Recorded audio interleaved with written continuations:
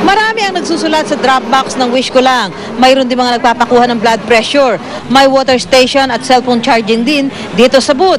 Namimigay rin ng garbage bag para maging maayos ang pagtatapon ng basura. Gusto ko lang po sana mabigyan siya ng parang nitso po. Magkaroon po ng trabaho. Nananawagan po ako sa aking kapatid na si Judith Bustalinya alias Gina Quaison. Kung nasaan ka man, andito ako na ate mo. Nahanap ka namin matagal ng panahon, 13 years ka na namin hindi nakikita. Papasok sa Manila South Cemetery parang nasa Divisoria ka. Bukod sa binebentang mga kandila, bulaklak at pagkain tuwing ginugunita ang undas, kumpleto rin ang iba't ibang paninda. May nagbebenta ng damit. Malapit ng Pasko. Mga bag. Gusto lang namin magtinda. At ang isang patok na produkto, ang mga disposable na gamit sa pagkain. Kung hindi sana umulang kanina, nakapaubos na kami ngayon. Meron din mga pirated DVD. Tila walang takot ang mga vendor kahit pa nagkalat ang mga pulis sa kalsada. Ngayon kasi maraming tao ngayon. Hindi kagaya kahapon. Isa din pinakahit at pinagkakaguluhan na pakulo. Papasok pa lang sa sementeryo, ang libreng pa-picture sa loob ng nakatayong kabaong. Gimmick ito ng isang funeral company sa pagbebenta ng memorial plan. Inano namin yung gantong gimmick kasi para yung mga tao, hindi naman morbid sa kanila yung kamatayan. Then kaya pink siya para kikay naman, yung talagang katakutan. Click ito sa mga tao na walang kemeng nagpapalitrato sa loob ng kabaong. Ay, pag ganito okay lang, hindi nakakatakot. Pakiramdam ko dito, asya ko rito. Okay naman ako dito. Bagay-bagay nga eh. Pero ang iba kahit libre, ayaw pa rin. Matakot ako dyan.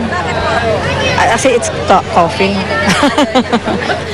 At ngayong gabi po, napauwi na ang karamihan sa ating mga kapuso. May mga dumaan pa rin po rito para manawagan sa mga nawawala nilang mahal sa buhay, gaya nitong lola ni Edna Muzar.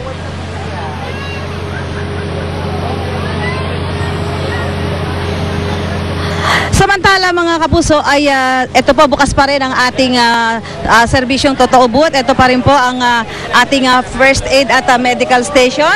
At syempre ang panyamimigay po nating libreng tubig. Meron ho tayong kape, meron tayong kandila, meron ho tayong charging station. At kahit nga po sa mga oras na ito mas marami na yung umuuwi sa kanilang mga tahanan matapos sa dalawin ng puntod ng kanilang mga mahal sa buhay, ay talagang tinangkilik po nila itong ating inilagay ditong serbisyong Totoo Booth. At sabi nga ho nila, napakalaking tulong nito sa ating mga kapuso na nagpunta rito sa Manila South Cemetery. Mike? Susan, para doon sa mga baka gusto pang magsagawa ng huling hirit, saan eksakto sa Manila South Cemetery ang serbisyong Totoong Booth ng GMA News and Public Affairs?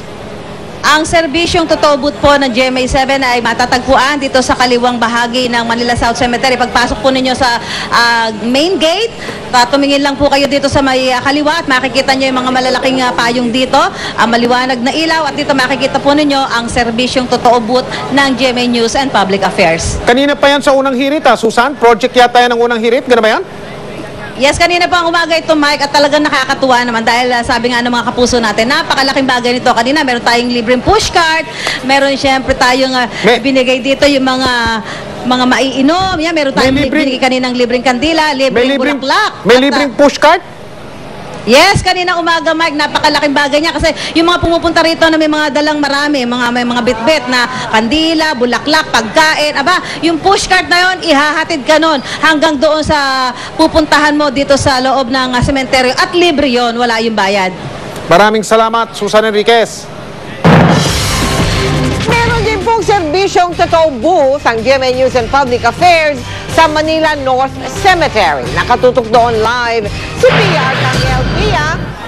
Mel, tulad nga sa Manila South Cemetery ay walang tigil po ang pagbibigay ng serbisyong totoo ng GMA News and Public Affairs. Dito sa may pasukan lang po yan ng Manila North Cemetery. Ito po ay para sa mga kababayan natin na gumugunita ng undas.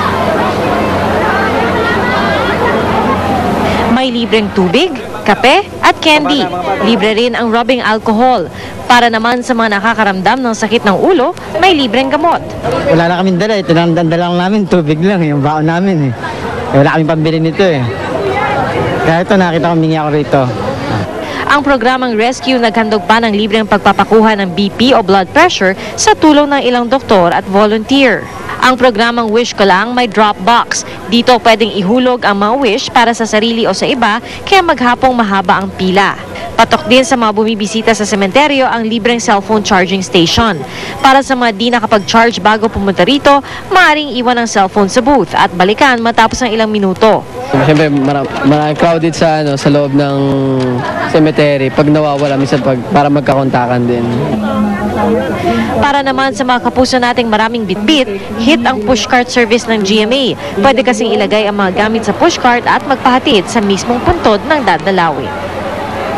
Samantala, Mel, pagkagat ng dilim ay ginamit na rin po ang ating serbisyong Totoo booth ng ating mga kapuso para manawagan dahil ang ilan sa kanila nagkahiwa-hiwalay sa kanilang mga mahal sa buhay. Kaya humingi na rin po sila ng tulong at nanawagan sa tulong ng ating serbisyong Totoo booth. Ito ay proyekto ng iba't ibang programa ng News and Public Affairs. Kasama na rito ang Unang Hirit, Wish Ko Lang at Rescue. At banggitin lang po natin na hanggang bukas po, tuloy-tuloy pa rin po ang pagbibigay ng serbisyong Totoo dito sa Manila North Cemetery. Mula alas 5 po yan ng madaling araw hanggang alas 8 ng gabi. Bukas po dito pa rin sa Manila North Cemetery. At paalala lang po sa lahat ng mga serbisyo na inyong gustong i-avail dito sa serbisyong Totoo booth. Libre po ito. Hindi nyo po kailangan magbayad at hindi nyo rin po kailangan mag-tip doon po sa mga maghahatid sa inyo gamit ang mga pushcart.